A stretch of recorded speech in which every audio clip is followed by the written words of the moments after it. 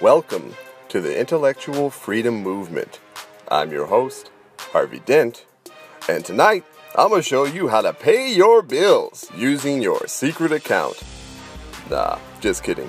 Considering so many people are referencing a video I created a while ago that I no longer on my channel because my channel was deleted because of this video, I figured I would do an updated version for 2018 to inform those of you that are willing to, check out, try, or prove to yourself that this account exists, what you are doing and, where some people are trying to mislead you.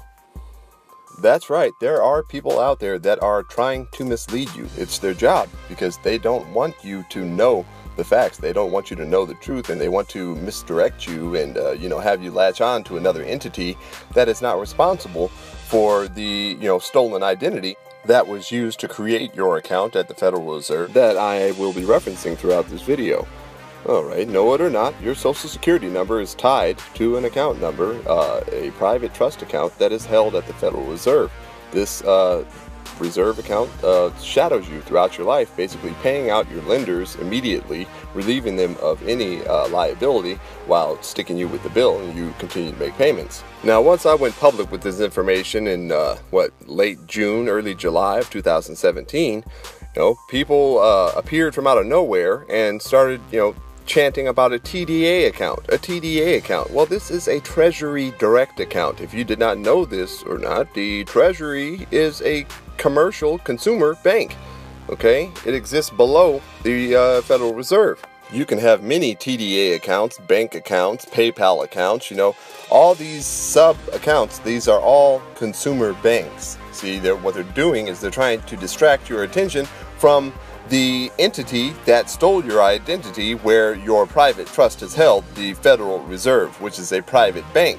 So if you are purchasing and filling out all of this information in order to access your TDA account, you're settling for a consumer commercial bank account, which is only one of the accounts that were created from the stolen identity, and you're also being cheated out of a private financial status. You're being cheated from your private side, which means anything you're going to have to process, you're going to have to process through the Treasury, which is a consumer bank. And again, there's no proof that these TDA packets even work. Okay, now let's stay on the Federal Reserve being a private entity and your private status. See, because the Federal Reserve is a private entity and exists outside of consumer commercial existence, the relationship, the account you have with the Federal Reserve is also above or outside the jurisdiction of the consumer commercial existence. So anything you do or any business you have with the Federal Reserve is a private matter between you and the Federal Reserve. Therefore, accessing your account or attempting to access your account could never be reported by the Federal Reserve to any authorities because your relationship with the bank is a private matter. See, so anything you do by trying to test or prove that the account exists, you really can't be punished for. Now, what comes into play and where they can punish you or try and make an example out of somebody is if you do something like create a check using the account number at the Federal Reserve as the account number on the check, and then try and use that check in order to purchase an item or items, whereas a third party takes a loss either monetarily or of goods, and then can file a complaint against you, which then the federal government or state or whoever can then pursue. No, I am not creating this video to instruct you or anyone else to try and access their private trust account held with the Federal Reserve. They are not TDA accounts, so those referring to TDA accounts, they are misleading you. They are using that name for a reason.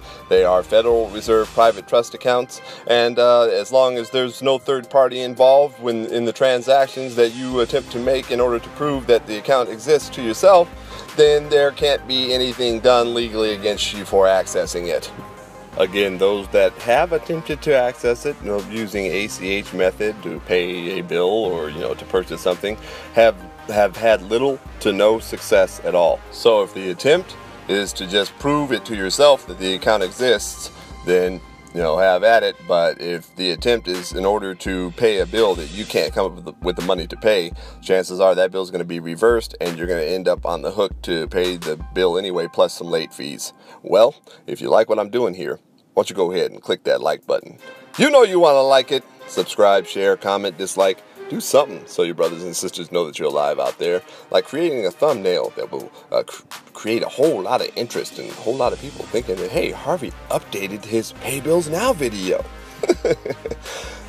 No. Until you find your truth, keep looking.